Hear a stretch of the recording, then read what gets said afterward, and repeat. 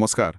आज हम गोता लगा रहे हैं एंडी वेयर की जबरदस्त विज्ञान गल्प उपन्यास प्रोजेक्ट हेल मैरी में, और हम ये करेंगे एक विस्तृत समीक्षा के नजरिए से जो इस किताब की परतें खोलती है। हाँ बिल्कुल। ये समीक्षा सिर्फ कहानी की आउटलाइन नहीं देती, बल्कि वो ये विश्लेषण करती है कि वियर ने ऐसा क्या खास किया इसमें। विषय, पात्र, विज्ञान और वो भावनात्मक जुड़ाव। समीक्षा इन सब पर बारीकी से नजर डालती है। तो हमारा काम है आज इस समीक्षा से वो अहम बातें, वो दिलचस्प विश्लेषण निकालना, ताकि हम समझ सकें कि ये उपन्यास इतना असरदार क्यों है, क्यों लोगों से इतना कनेक्ट करता है। समीक्षा की आंखों से देखेंगे कि कहानी के असली हीरे क्या हैं। बिल्कुल, मतलब हम देखेंगे कि समीक्षा विज्ञान, दोस्ती और अस्तित्व की इस पूरी कहानी को कैसे देखती है और इसके क्या गहरे मायने निकालती है। तो चलिए तैयार हो जाइए। इस स्पेस ओडिसी की हम गहराई में उतरते हैं, समीक्षा के नक्शे कदम पर चलते हुए। अच्छा, तो कहानी की शुरुआत जैसा समीक्षा बताती है, एक आदमी है रायलाम ग्रेस, पहले साइंस टीचर था। वो वोश में आता है तो देखता है कि एक स्पेसशिप में है, गहरे अंतरिक्ष में, और उसके साथ जो 2 क्रू मेंबर थे वो अब जिंदा नहीं हैं। और सबसे बड़ी दिक्कत, उसे कुछ याद नहीं, बिल्कुल ब्लैंक। हाँ, समीक्षा कहती है कि ये शुरुआत रहस्य और तनाव बनाने में बहुत कामयाब है। हाँ। और जैसे जैसे रायलन की याददाश्त लौटती है टुकड़ों में, हाँ। उसे पता चलता है कि वो मानव इतिहास के सबसे जरूरी, सबसे अहम मिशन पर है। एस्ट्रोफेज नाम का एक माइक्रोस्कोपिक जीव है एस्ट्रोफेज, हाँ। जो सूरज की ऊर्जा पी रहा है, और अगर इसे रोका नहीं गया तो भाई पृथ्वी जम जाएगी, पूरी मानवता खतरे में है। और फिर आता है वो मोड़ जिसे समीक्षा कहानी का टर्निंग पॉइंट मानती है। रायलन का सामना होता है एक एलियन स्पेसशिप से, और फिर उसके अकेले यात्री से, जिसे वो रॉकी नाम देता है। हाँ, रॉकी।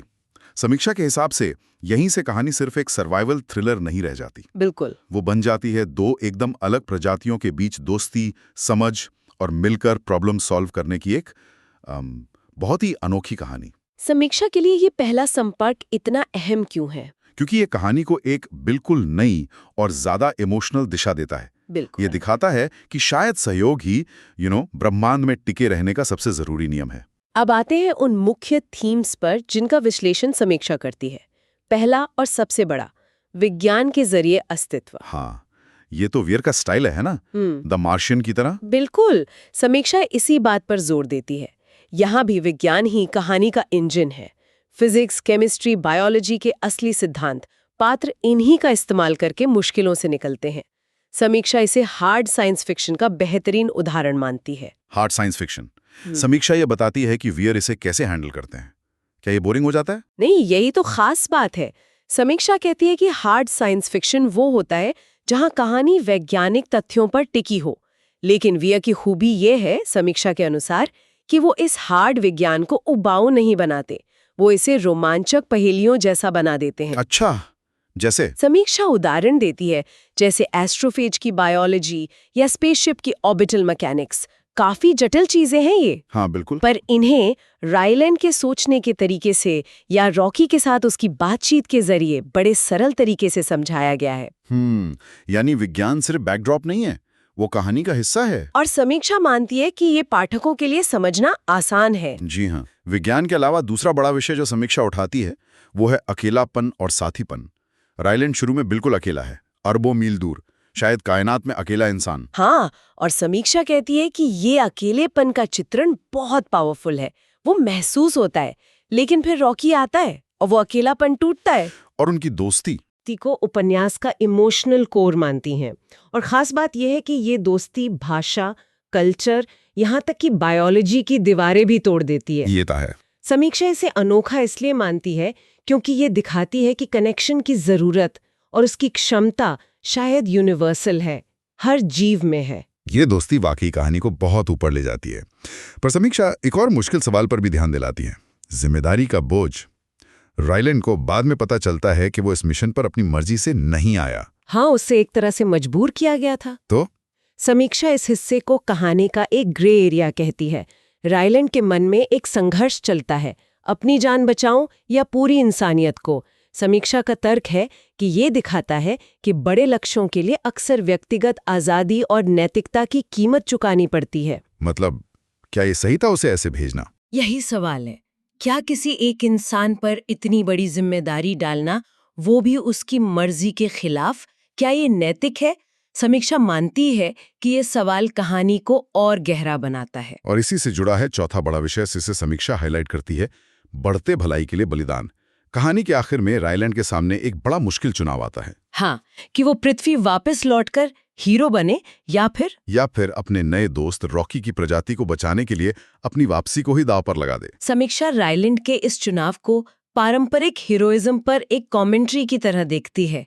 मतलब हीरो वो नहीं जो तालियां बटोरे या मशहूर हो जाए। तो फिर कौन है हीरो? समीक्षा के अनुसार वेयर का हीरो वो है जो सहानुभूति और करुणा से फैसला लेता है, भले ही इसका मतलब गुमनामी हो या अपना नुकसान। ये दूसरों की भलाई को खुद से ऊपर रखने का एक एक्सट्रीम उदाहरण है।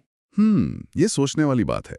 और आखिर में समीक्षा एक और जरूरी पहलू पर जोर देती है, आशा और सहयोग। आजकल बहुत सी साइंस फिक्शन कहानियां अंधेरा भविष्य दिखाती हैं, निराशाजनक होती हैं। सही कहा, लेकिन समीक्षा का कहना है कि प्रोजेक्ट हेल मैरी इस ट्रेंड के बिल्कुल उलट है। ये एक उम्मीद भरी कहानी है। उम्मीद कैसे? ये मानती है कि चुनौतियां चाहे कितनी भी बड़ी क्यों ना हो, विज्ञान, समझदारी और सबसे बढ़कर आपसी सहयोग से उनका हल निकल सकता है। समीक्षा जोर देती है कि यह आशावाद सिर्फ कहानी का मूड नहीं, बल्कि व्यय का मेन आर्गुमेंट है कि मिलकर काम करना ही कुंजी है। हाँ, खासकर अलग अलग प्रजातियों का मिलकर काम करना। ये सिर्फ इंसानों के बचने की कहानी नहीं, बल्कि अलग दुनियाओं के जीवों के साथ आने की कहानी है। चलिए अब समीक्षा के हिसाब से लेखक की स्टाइल और स्ट्रक्चर पर बात करते हैं। एंडी वियर का लिखने का अंदाज कैसा है? समीक्षा कहती है कि बिल्कुल द मार्शियन जैसा ही है, संवादात्मक, मजेदार, और उसमें वो एक सेल्फ डेप्रिकेटिंग ह्यूमर होता है ना, वो वाला। रायलैंड के नजरिए से कहानी चलती है तो आप सीधे उसके दिमाग में होते हैं। और ये काम करता है भारी साइंस के साथ। हाँ, समीक्षा इसी की तारीफ करती है। ये स्टाइल भारी वैज्ञानिक कॉन्सेप्ट्स और तनाव वाली सिचुएशन को भी हल्का और पढ़ने में आसान बना देता है। और स्ट्रक्चर, कहानी कैसे आगे बढ़ती है? समीक्षा बताती है कि कहानी 2 टाइमलाइन में चलती है। एक तो वर्तमान का स्पेस मिशन और दूसरा रायलैंड के पृथ्वी पर के दिनों के फ्लैशबैक, जो उसकी खोई याददाश्त के साथ धीरे धीरे सामने आते हैं। अच्छा, ये फ्लैशबैक वाला तरीका समीक्षा ऐसे कैसा मानती है? प्रभावी है? हाँ, समीक्षा का मानना है कि ये बहुत असरदार है। इससे सस्पेंस बना रहता है, पाठक को धीरे धीरे पता चलता है कि रायलैंड इस मिशन पर आया कैसे, एस्ट्रोफेज का पता कैसे चला, पृथ्वी पर क्या दांव पे लगा था वगैरह। हाँ, तो ये वर्तमान को और वजन देते हैं। बिल्कुल, ये फ्लैशबैक वर्तमान कहानी को और ज्यादा भावनात्मक गहराई देते हैं। समीक्षा ये भी नोट करती है कि कैसे वियर जटिल वैज्ञानिक समस्याओं और उनके हल को कहानी में पिरोते हैं। वो सिर्फ जानकारी नहीं लगती, कहानी का हिस्सा लगती है। अब उन खास चीजों पर आते हैं जिन्हें समीक्षा यादगार मानती है।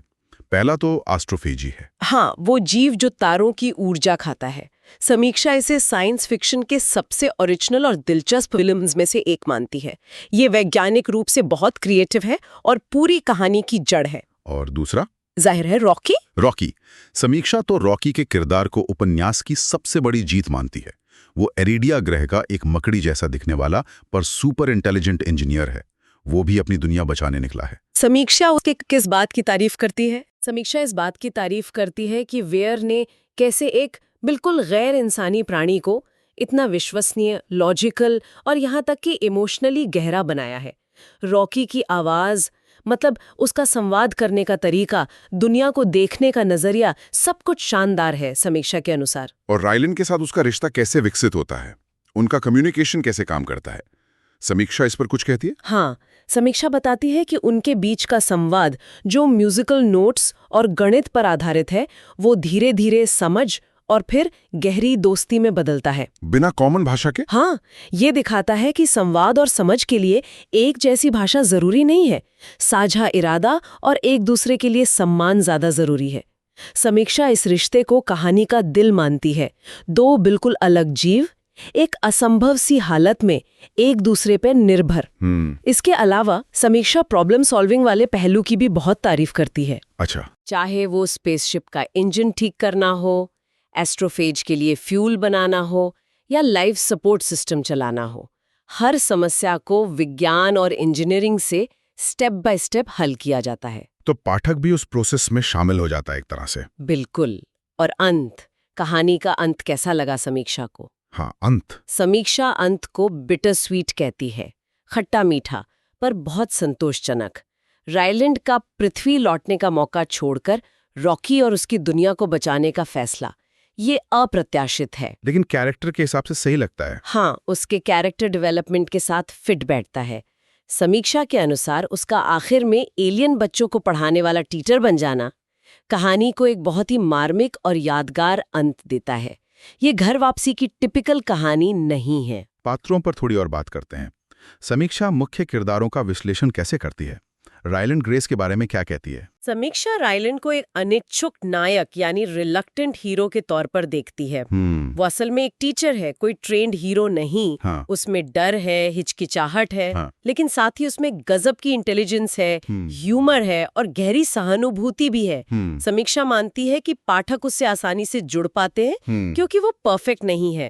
वो गलतियां करता है, डरता है, पर फिर भी सही काम करने की कोशिश करता है। हाँ। और उसका ह्यूमर मुश्किल हालात में भी कहानी को हल्का रखता है। और रॉकी, सिवाय इसके कि वो एलियन है, समीक्षा उसके बारे में और क्या कहती है? समीक्षा रॉकी को सिर्फ एक एलियन साइड किक नहीं मानती। वो उसे वफादारी, तर्क और एक हैरान करने वाली भावनात्मक गहराई का सिंबल मानती है। समीक्षा इस बात की तारीफ करती है कि रॉकी के इमोशंस इंसानों जैसे नहीं हैं, फिर भी पाठक उन्हें महसूस कर सकते हैं। उसकी अपनी प्रजाति के प्रति जिम्मेदारी और रायलैंड के लिए उसकी बढ़ती दोस्ती उसे एक बहुत कॉम्प्लेक्स और प्यारा कैरेक्टर बनाती है। और एक और अहम पात्र है ईवा स्ट्रेट, जो पृथ्वी पर मिशन की हेड थी। समीक्षा उसे कैसे देखती है? समीक्षा स्ट्रेट को एक जटिल और कह सकते हैं कि विवादास्पद चरित्र मानती है। वो बहुत सख्त है, लक्ष्य पाने के लिए कड़े, यहाँ तक कि नैतिक रूप से संदिग्ध फैसले लेने को भी तैयार है। जैसे रायलैंड को भेजना? हाँ, बिल्कुल। लेकिन समीक्षा का तर्क है कि स्ट्रेट उस कठोर यथार्थवाद को रिप्रेजेंट करती है जो शायद इंसानियत को बचाने के लिए जरूरी था। वो दिखाती है कि लीडरशिप में कभी-कभी ऐसे फैसले लेने पड़ते हैं जो पॉपुलर ना हो पर जरूरी हो। समीक्षा उसे सिर्फ विलन नहीं मानती, बल्कि नैतिक समझौतों के बोझ का प्रतीक मानती है।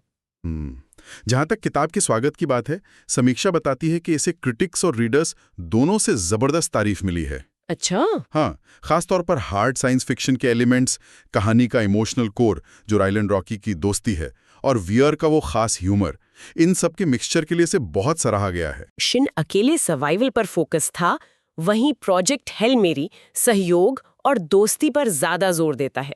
समीक्षा ये भी बताती है कि ये इतनी पॉपुलर हुई कि इस पर फिल्म भी बन रही है। हाँ, सुना है, रायन गॉसलिंग के साथ। जी हाँ, वो रायलैंड ग्रेस का रोल करेंगे। तो अगर हम समेटें, समीक्षा के हिसाब से इस उपन्यास की मुख्य ताकतें क्या हैं? समीक्षा के अनुसार सबसे बड़ी ताकतें हैं, पहला, विज्ञान और कहानी का बेहतरीन बैलेंस। साइंस बिल्कुल सटीक है पर बोझिल नहीं होती। ठीक है। दूसरा, रायलैंड और रॉकी के बीच की वो अविश्वसनीय रूप से इमोशनल और यादगार दोस्ती। तीसरा, कहानी का रोमांचक प्लॉट जिसमें लगातार प्रॉब्लम आती है और उनका स्मार्ट तरीके से हल निकाला जाता है। और चौथा, इसका जो आशावाद है और ह्यूमर है, वो इसे गंभीर विषयों के बावजूद एक मजेदार रीडिंग एक्सपीरियंस बनाता है। और क्या समीक्षा कुछ कमजोरियों या आलोचनाओं का भी जिक्र करती है? कुछ तो होगा। हाँ, बिल्कुल। समीक्षा कुछ संभावित कमजोरियों की तरफ भी इशारा करती है। एक तो ये कि जो वैज्ञानिक व्याख्याएं हैं उन पर काफी निर्भरता है, तो शायद जिन पाठकों को हार्ड साइंस में ज्यादा दिलचस्पी नहीं है, उन्हें कुछ हिस्से थोड़े धीमे या उबाऊ लग सकते हैं। मतलब टेक्निकल डिटेल ज्यादा हैं। हाँ, कुछ जगहों पर। समीक्षा आगाह करती है इस बारे में। और कहानी के प्लॉट को लेकर कोई आलोचना? समीक्षा में ये भी मेंशन्ड है कि कुछ प्लॉट पॉइंट्स, खासकर जिस आसानी से कुछ बहुत बड़ी समस्याएं हल हो जाती हैं, वो थोड़े सुविधाजनक, मतलब कन्वीनियंट लग सकते हैं, जैसे कहानी को आगे बढ़ाने के लिए ही लिखे गए हों। अच्छा। इसके अलावा समीक्षा मानती है कि रायलैंड को मिशन के लिए मजबूर करने का जो नैतिक पहलू है, उस पे शायद और गहराई से सोचा जा सकता था। वो एक कॉम्प्लेक्स मुद्दा है जिसे शायद और कुरेदने की गुंजाइश थी। तो इन सब बातों को ध्यान में रखते हुए समीक्षा का अंतिम फैसला क्या है? Final verdict. समीक्षा इसे मॉडर्न साइंस फिक्शन की एक मास्टरपीस मानती है। एक ऐसी किताब जो रोमांचक है, मजेदार है, सोचने पर मजबूर करती है और इमोशनली बहुत पावरफुल है। ये सिर्फ दिमाग के लिए नहीं, दिल के लिए भी है। और इसका सबसे बड़ा संदेश समीक्षा के अनुसार? समीक्षा का निष्कर्ष है कि ये कहानी सिर्फ इंसानियत को बचाने के बारे में नहीं है, बल्कि ये दिखाती है कि कैसे सबसे अनएक्सपेक्टेड जगहों पर, यहाँ तक कि अलग-अलग दुनियाओं के बीच भी गहरे कनेक्शंस बन सकते हैं। ये सहयोग, समझ और दोस्ती की ताकत का जश्न मनाती है। इसीलिए समीक्षा ने इसे बहुत ऊंची रेटिंग दी है, 9.5/10। इसे विज्ञान, कहानी और आत्मा का एक असाधारण मिश्रण बताया है। तो आज की हमारी ये चर्चा, जो इस विस्तृत समीक्षा पर आधारित थी, उसने हमें दिखाया कि प्रोजेक्ट हेल मैरी क्यों इतनी खास किताब है। समीक्षा के नज़रिए से हमने देखा कि कैसे विज्ञान, दोस्ती, जिम्मेदारी और आशा, ये सारे विषय एक रोमांचक स्पेस एडवेंचर में बुने हुए हैं। और कैसे रायलैंड और रॉकी का रिश्ता इस कहानी को इतना यादगार बनाता है। बिल्कुल। हाँ, और समीक्षा इस बात पर भी रोशनी डालती है कि कैसे इसका जो ऑप्टिमिस्टिक नजरिया है और सहयोग का संदेश, वो इसे आज के समय में और भी जरूरी बना देता है। ये याद दिलाता है कि मतभेदों के बावजूद शायद मिलकर काम करने में ही भविष्य है। जाते जाते एक सवाल श्रोताओं के लिए छोड़ते हैं, जो इस समीक्षा के विश्लेषण से ही निकलता है। समीक्षा ने रायलैंड के हीरोइज्म को शोहरत से परे दूसरों की भलाई में देखा। ये हमें सोचने पर मजबूर करता है, क्या असली हीरोइज्म वाकई व्यक्तिगत पहचान या नाम से आगे बढ़कर दूसरों के कल्याण के लिए खड़ा होना है, खासकर तब जब वो दूसरे हमसे इतने अलग हों, शायद किसी और दुनिया के। दिलचस्प सवाल है। प्रजातियों के पार सहयोग की ये भावना, जैसा समीक्षा ने उजागर किया, हमारे अपने भविष्य और हमारी अपनी वैश्विक चुनौतियों के लिए क्या सबक रखती है? क्या हम इससे कुछ सीख सकते हैं? इसी विचार के साथ आज की ये गहन पड़ताल यहीं समाप्त होती है। सुनने के लिए धन्यवाद।